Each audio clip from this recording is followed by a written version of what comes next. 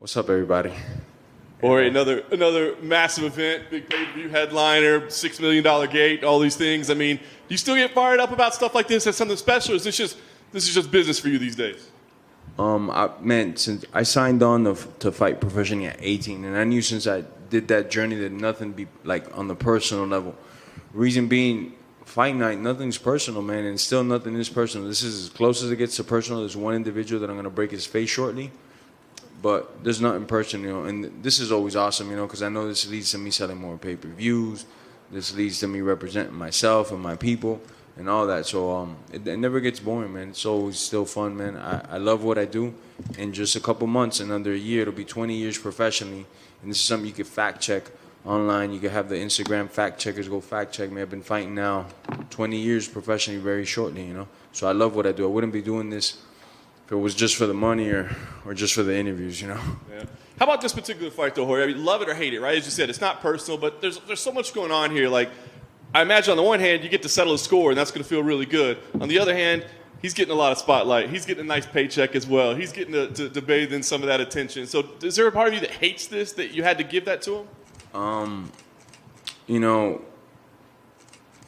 Not only do I fight for a living and I get to punch people in the face, but every once in a while I get to punch somebody in the face that I really don't like, and I get paid for it. So on that end, I love it, that he's like the worst selling pay-per-view performer in the whole division, and I'm going to just upcrease his namesake, But at the same time, I'm going to send him to the hospital, Ben Askren style, so what's a good... And anyways, he doesn't get pay-per-views, so it's really like a lose-lose. He's going to get his flat fee and all that, but he doesn't get pay-per-views. So it's like 3 times, Tactically speaking, obviously, we know you guys spend a lot of time training together. So I do wonder, what advantages do you take out of that time together? I mean, is there something that you know about, whether it be psychological, whether it be about tactical, whether it be about, his approach to things? Is there anything that you take out of that time that you had together that you can use? I've never quit on a session, right? Like when me and him go, I've never quit, no matter how much. If it was a wrestling session, no punches involved, and he just beat me up wrestling, I never quit. He's quit when we're going strikes, and from body blows and stuff like that. He's gotten upset, took his gloves off, walked out of the cage.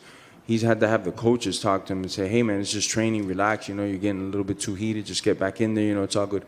I've never done that, I'll take my ass whooping like a man, and I'll give my ass whooping like a man. Like I've said in numerous interviews, he could be an all right hammer. That he could do. He can never play the nail role. And as soon as things don't start to go his way, man, he quickly unfolds. It's a snowball effect. We've seen him. You'll see the facial expressions he makes when things ain't going his way. With Woodley Alves wasn't giving in to him and put him in a little guillotine before he could even sink it in tapped, It's just, it's the nature of the beast. He's a good hammer, but never a nail. Last thing for me, we saw after his last fight him kind of say, Usman, it was just about business and money. I mean, you win this fight, he gets up and says, hey, Jorge, we was just selling pay-per-views. It's all good. Do you accept that from him? He knows me like through and through, He would never dare do that. He wouldn't get close to me in any circumference or anything like that. He wouldn't put himself at a chance where I could end his ass again, Especially because he's talked about my kids. My kids don't do a pay-per-view sell. Like, people ain't tuning, he's talking about his kids, I'm really going to tune in now. He talked about Usman's dad, I don't know how many times, calling him all types of things, Usman's mom. And then you're going to say it's just business, I'm selling pay-per-view, I love you, bro. When he had said for months, I'll never shake this guy's hand. That shows how much of a coward he is, what a snake he is, bro. He'll say whatever and whenever. And then when the light's on him, when it's time to be a man about it, he does what he does. I can't respect him in any way, shape, or form, man. And kind of like Ben Askren, like I don't care for Ben Askren. And if Ben Askren we're in a place and he says something to me, then we could either fight or not. If he's cool, I'll be cool, or we could fight. But with Colby, it'll always, for as long as we both live, will always be a problem. Just because he mentioned my religion, just because he mentioned my kids. And I think for future generations, I don't want the 10-year-olds that are going to be in the sport taking over in the future thinking that's how you sell pay-per-views. Because, again, I say he is the worst-selling pay-per-view guy. Even with all his antics and talking about everything under the sun, doesn't sell no pay-per-view, so obviously it doesn't work, Jorge, do you look at Colby now, and from that guy who used to live with you, do you even recognize him, or is he completely 100% changed as a person? It's not that he's changed as a person, because the only thing shittier than his current act is his real self, would take my coach went with him to Brazil. My coach coached him in his amateur fights all the way to he fought RDA, and we were both in his corner cheering him on for him to get that belt. And as soon as he had the chance to like do right, pay this guy, man, because he's been with you 4 or 5 years, hasn't made a penny. Now you finally earned some coin. Pay this guy back. What did he do? You paid him $0, you know. So I don't know, man, what to tell you. He's just as as he was then, and it's just a little bit more personified for the TV. It's a little bit more glorified for the TV how he could be. I'm sure he left everybody here with a bad taste in their mouth. You guys don't have to all agree at once, but nobody could stand the guy, you know. It's just bad antics after bad antics. Then after that, when he's in the corner, the UFC was gonna cut me. The UFC was gonna cut me, so I had to change my whole persona. You're still not selling no pay-per-views, bro. You know, and then just 6-7 months ago, I got the video clip here somewhere. If somebody wants to play it, Jorge Masvidal's my best friend. Jorge Masvidal's my best friend. You ain't never heard me say that on tape. But what happened, man? Because 6, 7, 8 months ago, he was saying I was his best friend. What happened, bro? What, you didn't pay my coach and I didn't like that? You know, you f***ing coward. Is there an argument? People always say, like, oh, Colby's just playing a character. But if you're playing a character all the time, at what point are you not even playing a character anymore? At what point are you just that person?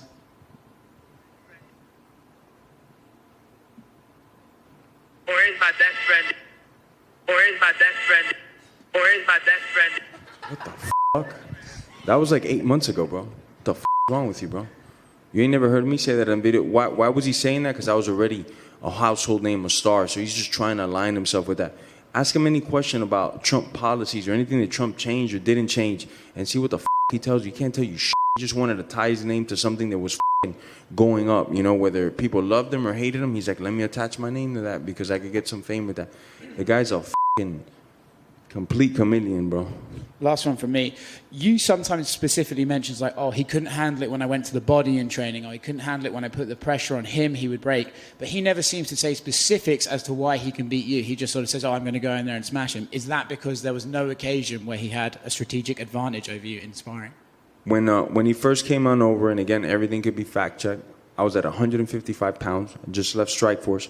He was just fresh out of college. He was actually considering fighting at either 185 or 170. So we used to wrestle all the time, and it didn't fare well for me in wrestling. He would consistently beat me at wrestling, straight wrestling. As I started to get bigger, those wrestling exchanges started to get a little different. Once I came to 170, but that was many years later. We're talking about like 3-4 years later.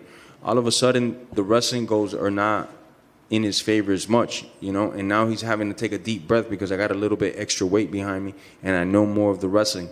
So the goals between me and him started to become far and few in between. When at 55, he'd always want to go, always want to use me for his training camps. I remember for the Damian Maia fight, perfect guy to help him out in a way, to do a couple things like Damian was me, because I fought with Maia and I could, you know, try to emulate Maia in certain situations, half guard sweeps, things like that. Wouldn't want to go with me. I'd show up to practice.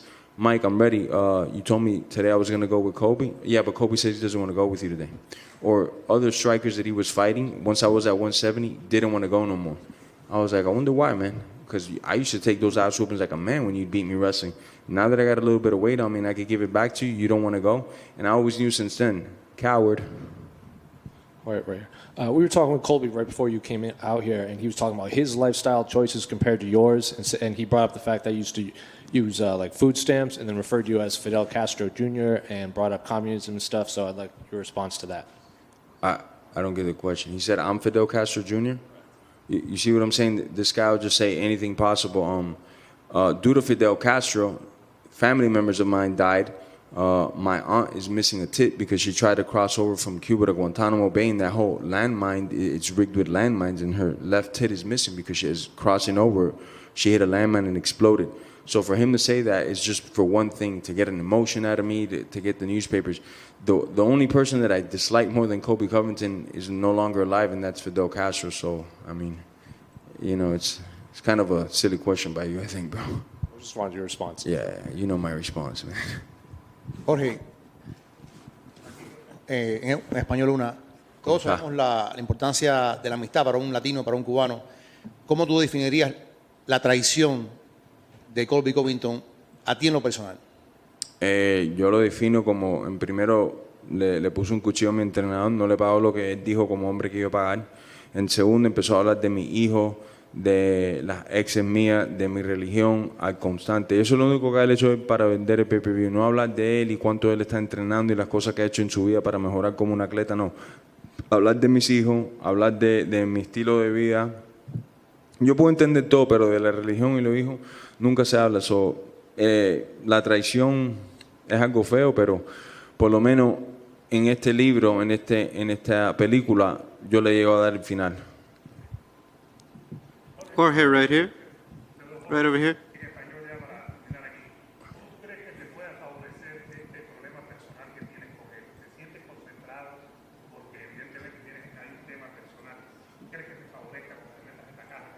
Me favorece porque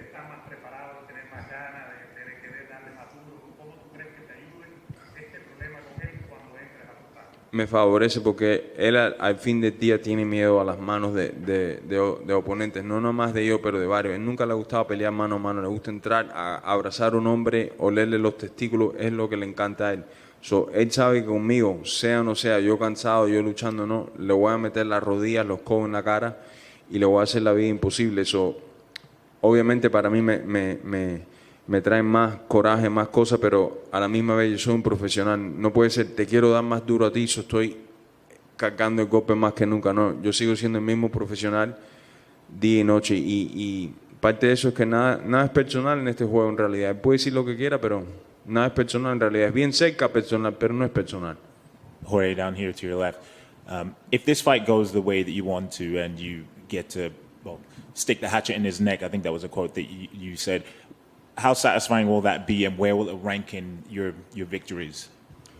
In my victories, it'll rank, it'll put me as the number one contender. I'll be competing for the title shortly after, so that's definitely a plus, But as far as like having beaten great fighters and stuff, I wouldn't even talk to my grandkids about this guy, It'd just be some personal stuff, and I beat this guy up and some dude I never really liked, and that's it. But as far as accomplishments go, he won't rank on there as far as accomplishments. I don't like his style, how he fights. I think I'm going to make it look very easy come Saturday night, and people are not going to even give me credit. They're going to be like, yeah, I guess Masvidal was right. Colby's overrated, overranked, and fucking a piece of shit individual. Jorge, right here. Jorge, you've talked about the insecurities you feel like you've brought out in Colby. Has there ever been any insecurities he ever brought out in you, whether when you first started training or anywhere else? I wouldn't say insecurities, but I knew he wrestled since he was 7 years old. I didn't come into wrestling until much later, till I started MMA. I wouldn't say insecurities, but strong, like, hey, I know I'm not great in this department. Let me get better at it. I'll keep going with this individual, but insecurities is not something that guy could bring out of me. People talk about how you guys going to keep the emotions in check. Can you describe what do you think you're going to feel when the ref finally says go on Saturday night and you can finally put hands on him? Just another fight, man. Like I've said, there's a lot of emotions, but those will be left for after the fight.